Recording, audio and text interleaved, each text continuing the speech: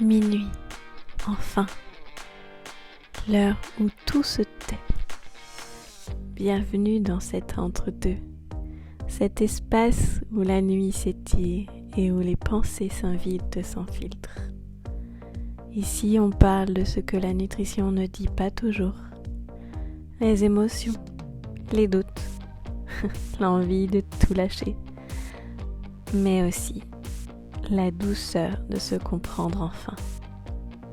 Je suis ton murmure dans l'obscurité, le flottement entre tes pensées et tes réalités.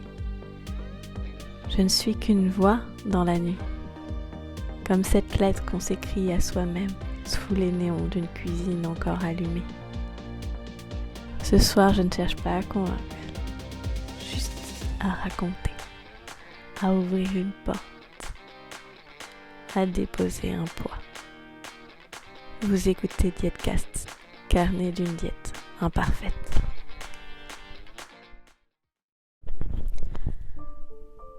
As-tu déjà remarqué que les images du passé et du présent se superposent sans jamais vraiment s'aligner?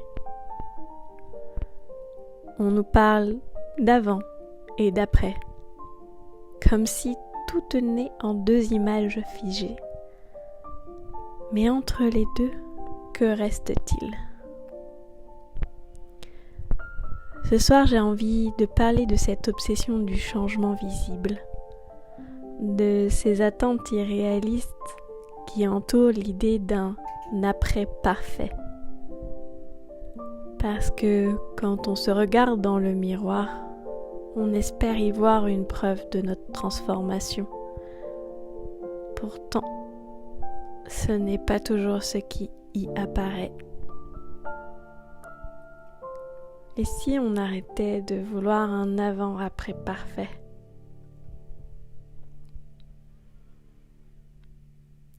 Depuis toujours, on nous vend l'idée qu'il existe un point d'arrivée, une version finale de nous-mêmes où tout sera plus simple, une silhouette à atteindre, un poids sur la balance, une image figée dans le temps. Et un moment où l'on pourra se dire « ça y est, j'ai réussi ». Dans la perte de poids, dans la reconstruction après une chirurgie, dans les parcours de transformation en tout genre, il y a toujours cette même quête d'un moment où l'on se sentirait enfin en paix avec son corps. Dans mon parcours, j'ai moi-même cherché cet après, comme une promesse de mieux-être. Mais à chaque étape, même avec 10, 30 ou même 80 kilos en moins, mon regard sur moi ne changeait pas tant que ça, finalement. Je scrutais chaque détail qui n'allait pas. Et ce que les autres voyaient comme une transformation évidente, moi je ne la percevais pas. Alors pour symboliser cette réussite, cette transformation, on a inventé l'avant et l'après. Deux images côte à côte, deux chiffres comparés, deux instants capturés entre lesquels on est censé voir la preuve de notre évolution. Mais entre les deux, il s'est passé quoi concrètement? La réalité, c'est que, cependant, cette période floue entre l'avant et l'après, personne n'en parle vraiment. Et pourtant, c'est là que tout se joue. Et en même temps, pourquoi cette idée nous obsède-t-elle autant? Peut-être parce qu'elle nous rassure. Elle nous donne l'illusion d'un contrôle, d'un but tangible, d'un souffle de vie peut-être. Mais que se passe-t-il quand on l'atteint et qu'on n'y trouve pas ce qu'on y espérait. Moi aussi, j'ai cherché ce fameux après. J'ai perdu du poids, beaucoup. Sur le papier, l'avant et l'après est spectaculaire. Mais dans le miroir, sur les photos, j'ai toujours ce même regard critique. Toujours cette sensation que quelque chose cloche. Parce que l'image qu'on se fait du corps idéal, elle est très souvent irréelle. On pense qu'une fois un certain poids atteint, une certaine silhouette sculptée, que tout ira mieux enfin. Mais ce qu'on ne nous dit pas, c'est que l'image de soi, elle, ne suit pas toujours. Que l'on perd 10, 30 ou même 80 kilos, on peut ne toujours pas aimer ce que l'on voit. Que les détails qui nous obsédaient avant peuvent juste se déplacer sur une autre partie du corps, sur d'autres détails.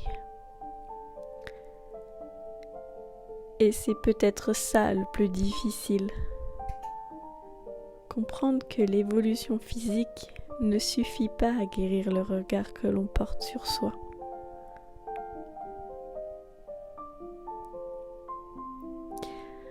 On ne se rend pas bien compte à quel point comprendre cet entre-deux qui est flou, de comprendre à quel point notre identité vacille quand notre corps change.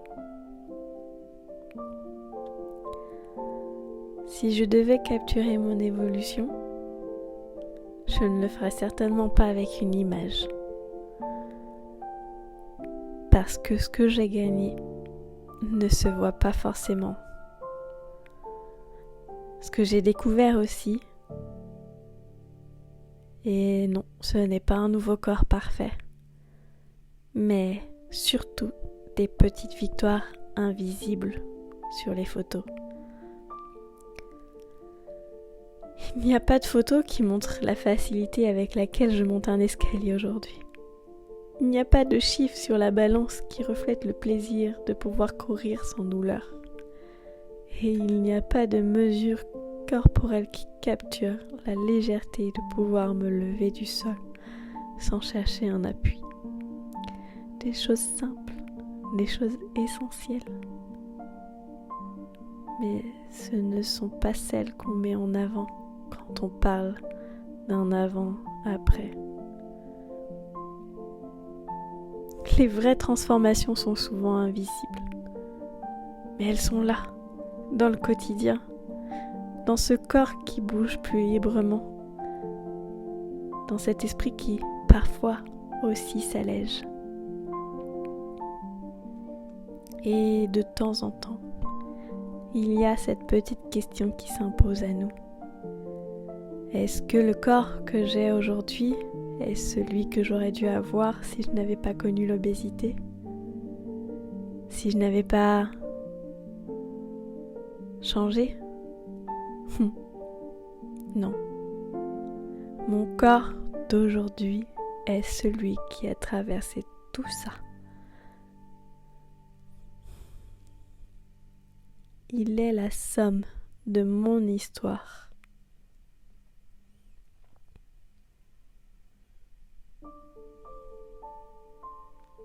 Et puis il y a autre chose à ajouter. On pense souvent que l'après est une destination.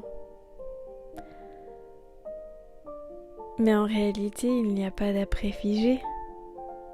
Il n'y a qu'un mouvement perpétuel. Parce qu'une fois qu'on a atteint un objectif, il y en a toujours un nouveau qui apparaît. Toujours un nouveau détail à corriger. Toujours une nouvelle attente à satisfaire. Et alors on se rend compte que l'après n'existe pas vraiment. Et qu'on peut même choisir de ne pas attendre un après parfait. Et de ne pas réduire notre évolution à une comparaison figée dans le temps. Et surtout, on peut apprendre à percevoir autrement. Puisque finalement, il n'y a que nous, ici et maintenant, avec ce corps qui a traversé toutes ces étapes, avec cette histoire qui est la nôtre. Et si au lieu de chercher un avant-après parfait, on apprenait à voir ce qui est déjà là? Car finalement, peut-être que le vrai changement ne se mesure pas en chiffres, en centimètres ou en photos. Peut-être qu'il se ressent dans l'espace qu'on prend dans sa propre vie. Et toi, qu'est-ce que tu as gagné que l'on ne voit pas sur une photo? Si tu écoutes encore, c'est que tu as trouvé ton moment suspendu. Mais déjà, la nuit commence à s'effacer, laissant peu à peu place à la douce lumière d'un nouveau jour. Les pensées déposées dans l'obscurité finiront par trouver un écho. Il est temps de refermer doucement le carnet, de laisser les mots reposer. La nuit, gardienne, veillera gentiment sur eux. Et si un jour tu as besoin d'un autre murmure, tu sais où me trouver.